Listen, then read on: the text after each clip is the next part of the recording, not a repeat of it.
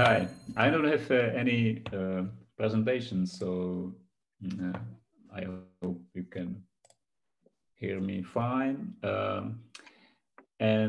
So first of all, I would like to introduce the Seznam briefly, because, well, if you are from Czech Republic, you know Seznam. If you are not, you can imagine us as yahoo.com, for example. Our main service is a web portal, very, very popular web page in the Czech Republic. We have many services here. I'm pretty sure that all of you use at least one our service today. So we are quite a big company, 1,500 people, and I work in Fulltext search department. We have Fulltext search as one of our service, and so I'm not a head of research in the whole Seznam, but just in this Fulltext department. At the moment, we have 15 researchers in my team. All of great people with PhDs or without. Well, maybe I should just a quick reactions to the previous speakers. I really love these talks. I couldn't agree more with the PhD because I had to move the drawer with my PhD thesis last week, and I didn't see the thesis for I don't know 12 years or so. So I do agree with that.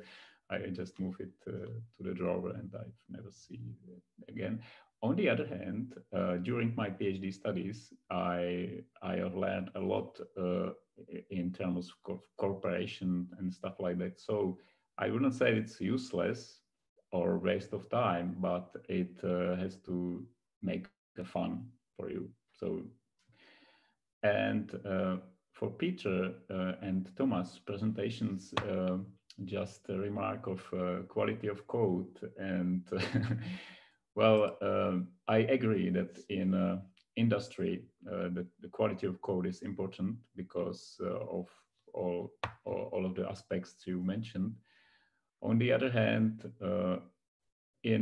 well, we have many times we have to try many different approaches, and it would slow us down to, for example, to make code reviews for every prototype. So we do code reviews between team members are doing code reviews between each others, but we don't do it during, let's say, prototyping phase, because it would slow us down, and it's not necessary because this code is it's used only once, it doesn't work, or it's not so robust, so we throw it away and that's it. Okay, so I'm going to share with you some let's say, my experience with the cooperation between industry and academia. This is only my opinions, not official Seznam's opinions, just for the record.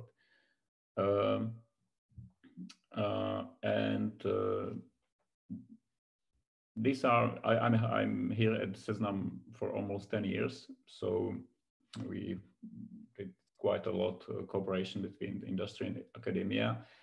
I think that the main point is that industry have the data, companies have the data, and the universities have people and time to experiment with the data. As Peter said, it's in industry, it's not necessary to build a state-of-the-art algorithm unless unless it's more practical to implement it or have more advantages. Just the new improve, I don't know, accuracy by fraction of %. On the other hand, we have well, our income in Seznam is I don't know, 4.5 billion Czech crowns, and if we improve our targeting of advertisements by fraction percent, it's actually millions of crowns. So it has to have a practical impact, I would say. Usually, we don't implement state-of-the-art algorithms because they are too difficult to implement, but we choose second one with, I don't know, less memory footprint, more effective CPU usage or stuff like that.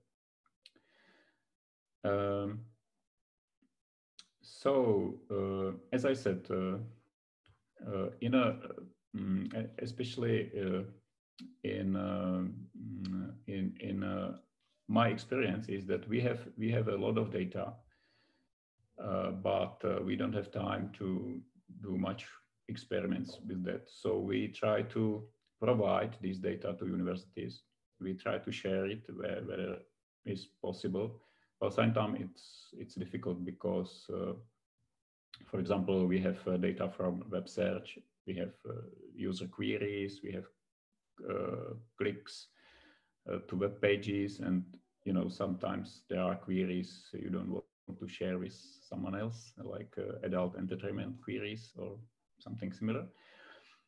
So we provide data for researchers, but we try to remove any sensitive information from the data to support the research in that way.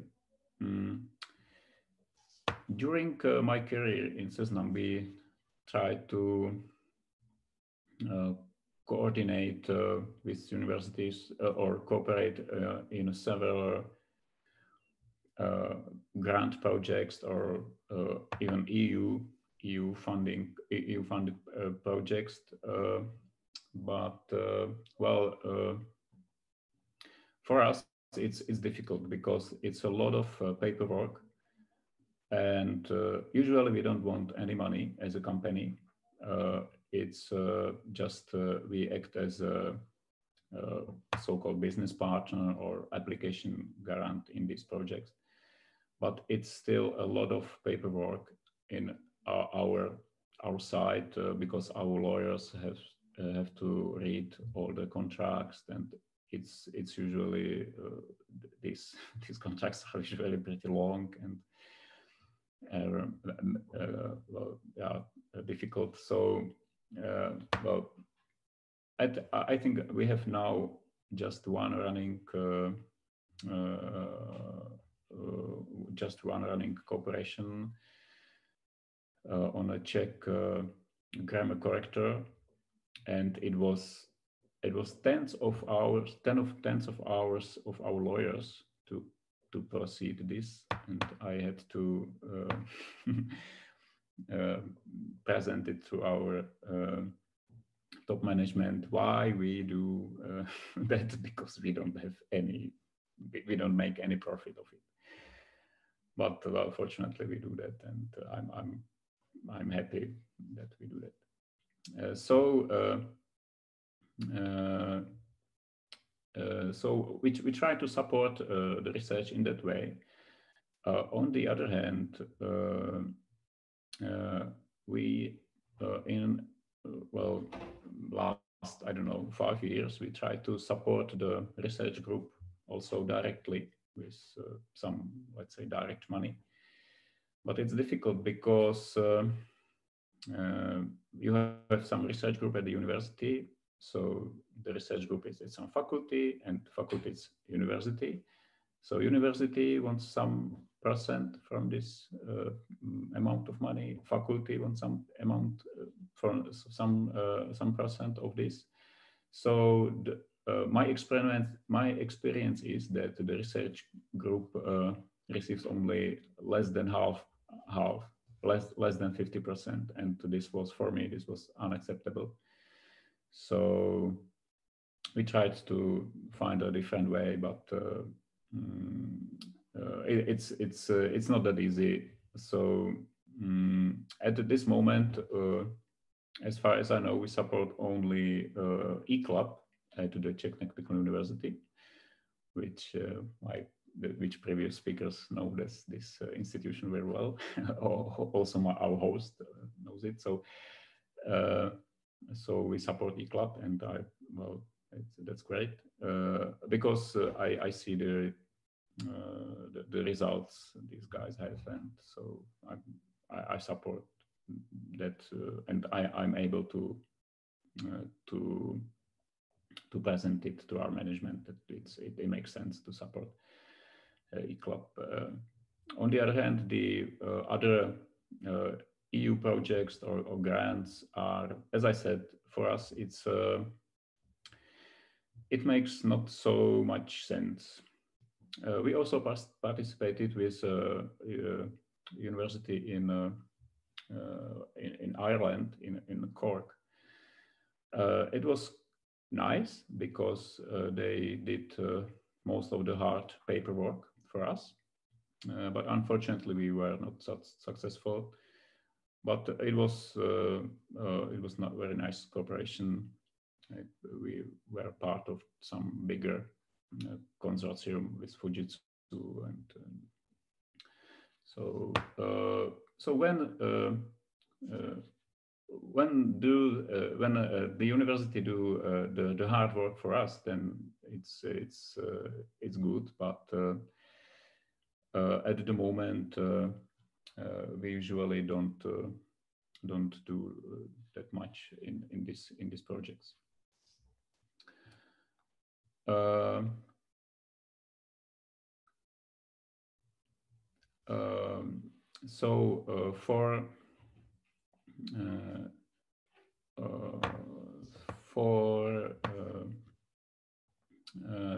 different corporations like internships or lectures at the universities, I think this is very useful for so-called HR marketing, because it makes you attract as an attractive employer for the students. In my point of view, for example, internship projects, or if you as a company, if you open diploma projects or just the projects or master thesis projects, it makes you attractive employer. But from my perspective, it's the results are not usually directly applicable. So in Seznam we have in other departments we have some corporations in master thesis projects and maybe also PhD projects, but it's in a way as I described it, that we provide the data. We are very supportive to the students to working with data, and but I have no project in mind that we could use the results. Well, there are several reasons for that. For example, well, if you have clean data, if we have a clean description of the project, then we can do it ourselves. But usually this is not the case. So so that's the problem with the cooperation, on a diploma thesis. And also it's time consuming, because you have to mentor the students, and we are not so big company to have a special position just to take care of these students. Well, it's well, I would love to do that. I would love to have some cooperation, but well, we are money-oriented, I would say, as every company should. On the other hand, we are not startups, so we have some, at least some opportunity to cooperate, even if it doesn't bring direct money, let's say. So to conclude, I would say university partnerships make sense, definitely, if you are a smaller company, because it makes you it's good for your HR marketing. Well, for Seznam, well, Czech students know us. For example, we are not a part of so-called industry partners at university, because it doesn't make much sense for us. But for smaller companies, definitely. And I'm very supportive for this, because I'm still have a feeling that universities have not enough money for research. We as a company try to open the data as much as possible, or at least for some, if you sign NDA for us, we can give you the data for your research. And we are working a lot with the language data, and the Czech language is, well, Czech Republic is a small country, the Czech language is small, so we have not so much content for huge deep models. So it's necessary for us to cooperate, all of us, I mean, all Czech people, Czech-speaking people, because we don't produce so much content to build huge models like for English. So this is, I think, for us, this is necessary. Okay, that's all for me. Alice said that we are a Prague company. Well, we have offices in Prague, Brno, Pilsen, Ostrava, České Budějovice, Zlín. So we are all around the country. And I'm looking for researchers. So if you are interested, drop me a message. And that's it. Thanks for Thank you a lot. Yeah, thank you a lot, Vladimir. I'm sorry. Yeah, for sure, it's Czech company. And we have a couple of questions. So that's actually a question which also concerned me. A lot of companies are afraid to share the data since it's privacy concern. How it's difficult to anonymize data to be safe? Okay, it's difficult. It depends on the data. I would say it depends on the data. We are very, I would say, we are very careful, because we are a big company and we are under the radar on these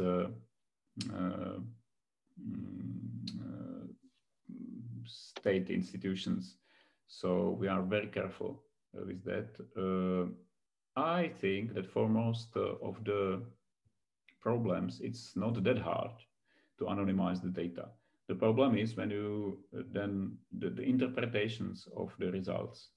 If you have anonymized data, just numbers instead of URLs, or just numbers instead of text queries, then it's difficult to say, well, does it actually something useful, or we just improve the accuracy by 1%.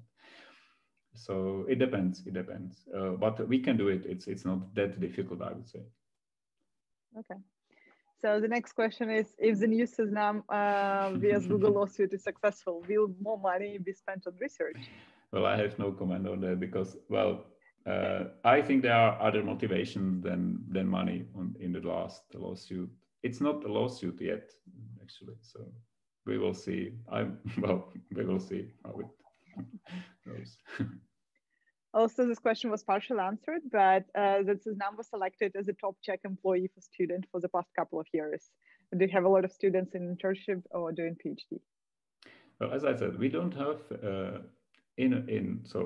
So in a Fulltext research department, which is, I don't know, 150 people, we don't have many internships, at least just one or something. on the other hand, in my team, I have at least 3 PhD. I have at least 3 researchers doing PhD together with the work. So I wouldn't say it a lot. I think it's very difficult to write a dissertation and working together.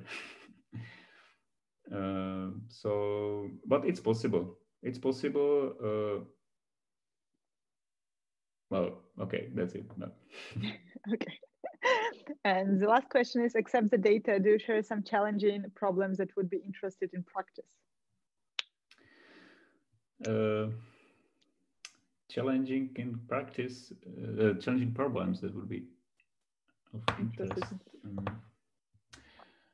Well, we have many challenging problems, and practical. We have all our problems are practical because we are trying to make our web search engine better. So,